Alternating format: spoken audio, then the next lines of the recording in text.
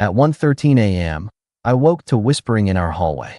Not TV whispering, strategy whispering. Jenna's voice, low and precise. Her mother's, dry as a file cabinet. He won't suspect a thing, Jenna breathed. Her mother's reply slid like paper. Just smile and keep the anniversary big. People make pressure. I lay still, eyes on the ceiling fan that hadn't worked right in years because I never bothered to fix unimportant things. That fan was unimportant. This, not so much. By breakfast, Jenna was a Disney version of herself. Blue shirt, hair perfect, pancakes, a candle stuck in the stack like we were 14. 25 years, she cooed, setting a plate in front of me. Silver. I want to do it right, Mike. Banquet hall, slideshow, vows, the works. Since when do you like crowds? I tapped the candle out with 2 fingers.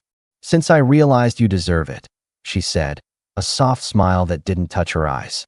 If I'd known where it was headed, I'd have canceled the hall and hired a locksmith that morning. Instead, I decided to treat it like a faulty brake line. Quiet until it wasn't, and then it kills you if you ignore it. I don't ignore things that can kill me. Sure, I told her. Let's do it right. I started with money. In our kitchen, Jenna laid out ideas with the sharpness she saved for arguments. Silver balloons, a guest list the size of a small parade, a live band. Her mom was on speaker, turned face down on the table, voice leaking through the wood. Family should contribute, her mother said. But it looks better if he sponsors. Jenna poured me coffee, too sweet. Do we have a budget? Or do we just celebrate? We have a budget, I replied. I'm covering the room and food. You want extras, you handle extras. She laughed lightly. Mike, you don't need to be stingy. I'm being clear. I slid a notepad over. Room. Food. Done. Her mouth curved. You're adorable when you try to be firm. I'm effective, I answered. Also, starting today, we're simplifying money. My direct deposit goes to my account only. I'll put our usual household amount into the joint on the first. No advances, no IOUs. She blinked like a cat sprayed with water. That's new. I like new, I said. It keeps people honest. Her mother chimed in through the wood. That's controlling. I nudged the phone with a finger, sliding it back to her side. It's responsible. And your speaker privileges are revoked in my kitchen. If you want to talk, hold the phone. Jenna picked it up slow. Mom, I'll call you back. The care routine ramped up after that. She packed lunches, made calls to venues, sent me links to centerpieces, talking like we were planning the Olympics. When I asked for the vendor list, she waved me off. Let me handle details, she said. You'll ruin the surprise. I don't like surprises. You like control, she teased. I like clarity, I corrected. Speaking of, the guest list will be approved by both of us. No last-minute additions. Mike, you're taking the magic out of this. I'm taking the fog out, I said. Magic can stay. She slid onto the stool opposite me, elbows on the counter. You know what would be cute? A table with our memories, paperwork, photos, silly things. Like your old title to the condo, our first tax returns. People love that stuff. I'm not staging my paperwork, I told her. We have photos. Why not both? She smiled like a realtor. It tells our story. Our story doesn't need documents. She rolled her eyes. You always make it harder than it has to be. I shrugged. I like the hard way. It usually holds. She left for her mother's shortly after. As she grabbed her purse, a lock screen preview popped up. Jim, Friday rehearsal set. Papers ready. She clicked the phone dark fast. I didn't ask. Questions are invitations. I wasn't inviting. The moment the door closed, I went to my office. I pulled the fireproof box from the bottom shelf and checked the lineup like a mechanic checking tools before a road trip. Original deed, dated 3 months before our wedding. Accounts, retirement statements with dates clean as daylight. A folder with tax returns. I snapped fresh photos and uploaded them to a drive I hadn't told anyone about in 15 years. Then I drove to the shop. My shop is a long rectangle of concrete and light. 2 lifts, a wall of tools, the scent of rubber and coffee. Dave, my lead tech, had a knuckle and a wheel well when I came in. Morning, Chief, he said without looking up. Your fan belt called. Says it's innocent. Everything says it's innocent, I replied, setting my coffee on the counter. Nora in yet. Nora runs the front like a dispatcher. She leaned on the high desk with a stack of invoices. I'm here. You're smiling. That's either good or you're ready to fire someone. Neither, I said. Access rules. From today on, nobody goes behind my office desk except me. Period. And camera settings. We're saving audio. Nora raised an eyebrow. You expecting trouble at an auto shop? Shocking.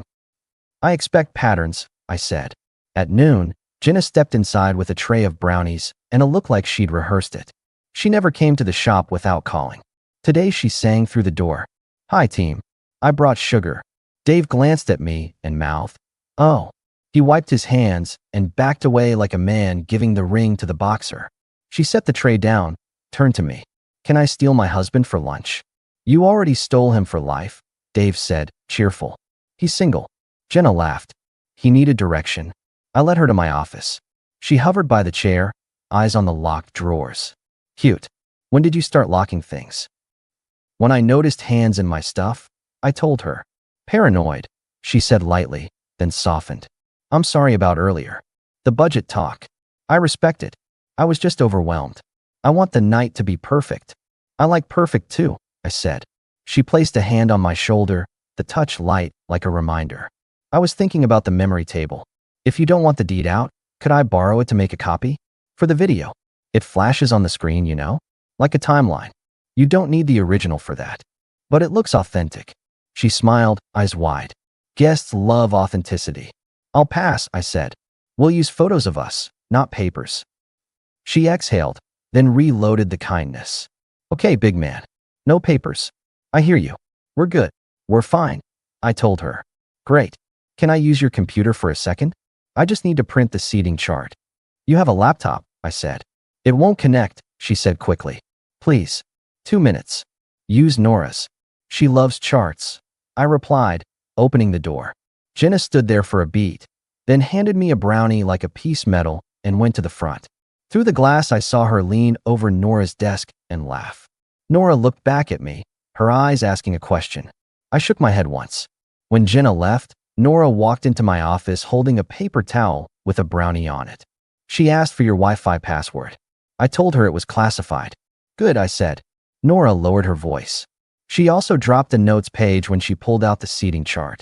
I picked it up to hand back, then saw my own name. I read, I apologize in advance. What did it say? Nora slid the folded paper onto my desk like a cop sliding a citation. Names. Bullets. Opening, Jenna's speech, truth and growth. Mike signs, family commitment doc. Witnesses, Mom, E. A line underlined twice. We say he's been controlling. Frame it as safety. E.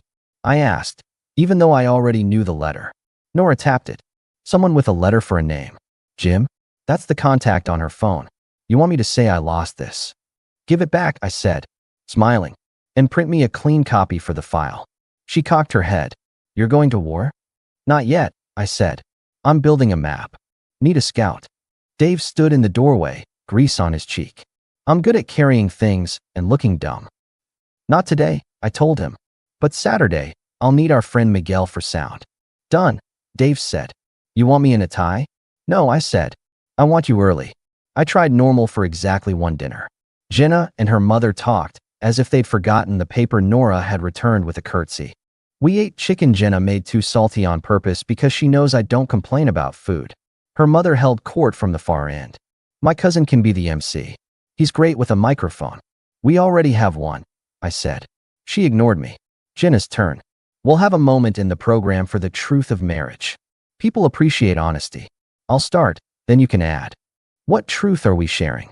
I asked. She tilted her head. That you can be firm. And that we had to adjust expectations. You mean boundaries, I said. Yes. We'll share boundaries. Her mother set her fork down. Mike, be a gentleman and let Jenna lead the night. She's good at atmosphere. I'm good at facts, I said. Jenna's smile didn't move. Stop looking for a fight.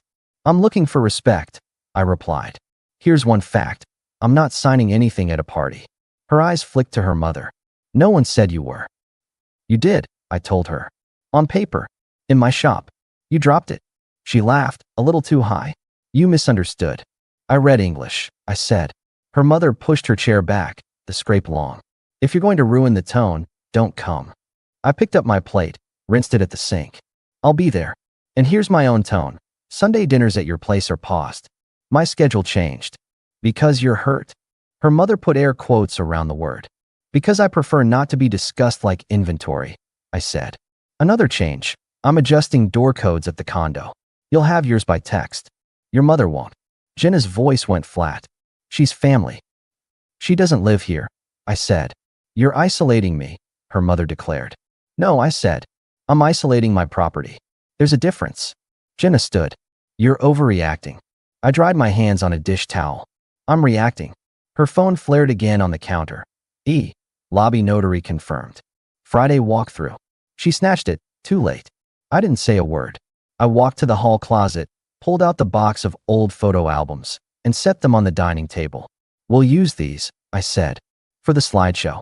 Authentic and cute. She stared at the albums, then at me. You're not funny. I'm not trying to be, I replied.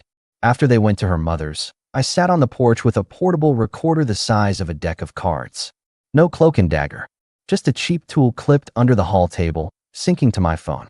If she wanted public, I wanted record. Around 9, my phone buzzed and fed me their voices like a live sports broadcast. Jenna, brisk. We keep the script.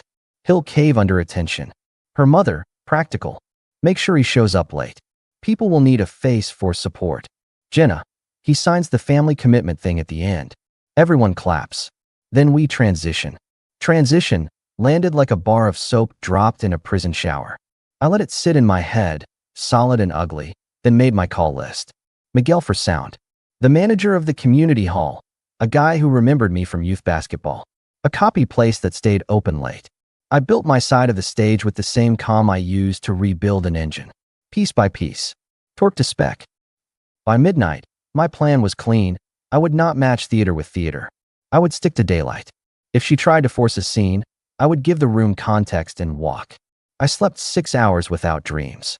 2 days before the banquet, Jenna invited me to a coffee shop that does latte art shaped like leaves. She wore the red dress I liked on quiet nights. The same dress she'd stopped wearing a decade ago. She hugged me in line, fingers on my back like we were dating again. I was a brat, she began, all soft edges. You were trying to protect us. I got carried away. Noted, I said. She angled her head. Say something nice back. You make good coffee at home when you pay attention, I said. I appreciate it. She smiled. Progress. So Tiny asked.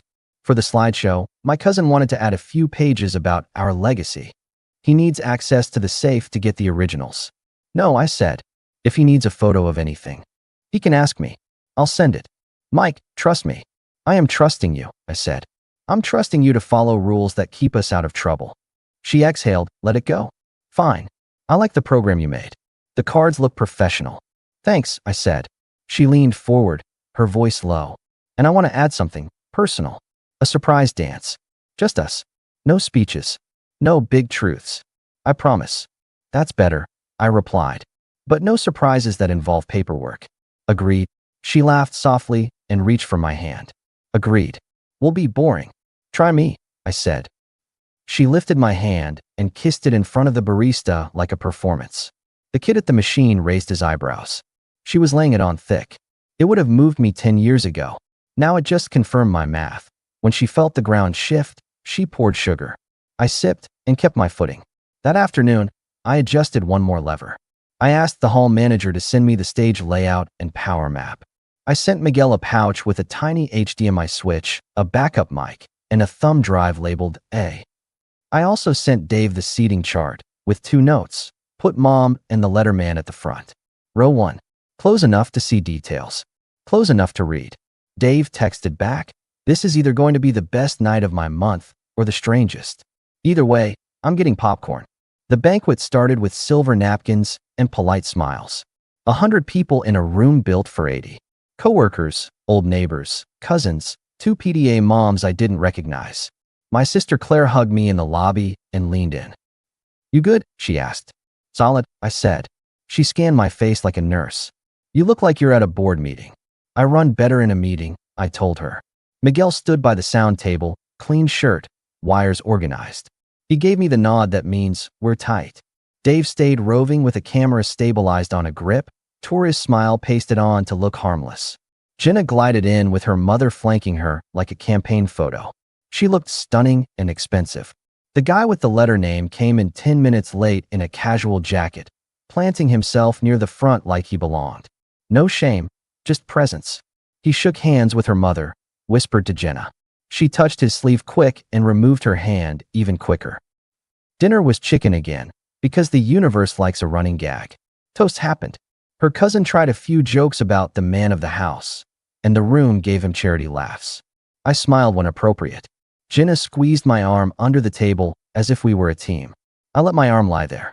My file folder lay on the chair beside me, unopened. Then she stood, mic in hand, perfect posture. "Thank you all for coming," she began, voice smooth. "A quarter century is a lot of miles. We've had highs, we've had lessons. Tonight is about honesty, about doing what's right for family." Her mother nodded like a metronome. The letterman folded his hands. Jenna looked down, then up, performing modesty. "So, in the spirit of truth, there's something we want to share, and it's not easy. Mike and I have decided to separate. We believe in a fair division, in protecting family interests. We'll be signing a commitment tonight, and—" I stood. I didn't raise my voice. I raised my hand. "Hold it." Her mouth tightened. "Mike, please don't make this." I reached her in 5 steps, gently but firmly took the mic. "I'll be brief," I said, turning to the room. "Thanks for being here. We appreciate you. Since this is about truth, I'd like to add context before any signing happens." Her cousin tried to intercept. Miguel saw him, and upped the house lights a notch. People shifted from cake forks to attention. I held up my folder. A few facts, not theater, dates and documents. I nodded to Miguel. The screen behind us showed the first slide, a photo of Jenna and me at 25, grinning, broke, happy. Then a scan with a date, a deed with my name, 3 months before our wedding. "This is the title to the condo," I said. "Purchased before marriage. It's been my home, our home, for 25 years. That's not romantic. It's paperwork. But it matters when someone suggests moving pieces around for family." A murmur. Her mother's jaw tightened. Next slide. A list of accounts, each with a start date before the wedding and a consistent contribution line. "These are my retirement accounts," I continued. "Also started before." Again, not romantic. Just facts. Jenna stepped forward, reaching for the mic. "Mike, this is not the time." I let her fingers touch the microphone, then released it for 1 beat, so she thought she had it, and immediately took it back. "We'll do time in a minute," I said. "Now, here's the part where things got inventive." Slide 3.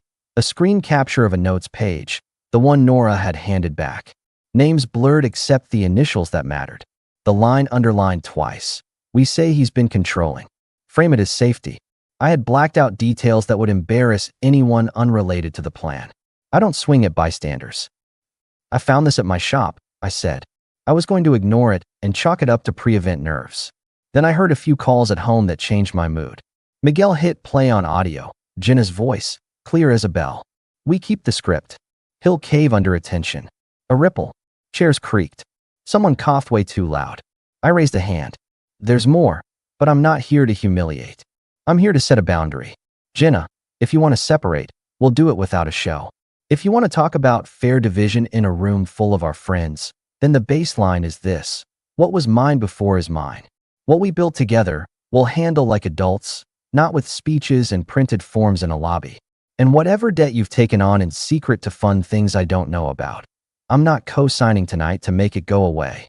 The next slide was a bland spreadsheet.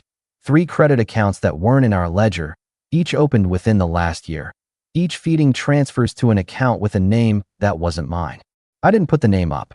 I just let the line show the wrong initials. Jenna's face went colorless. Her mother tried to stand. Dave stepped casually into her path, asking in a loud whisper about the restrooms.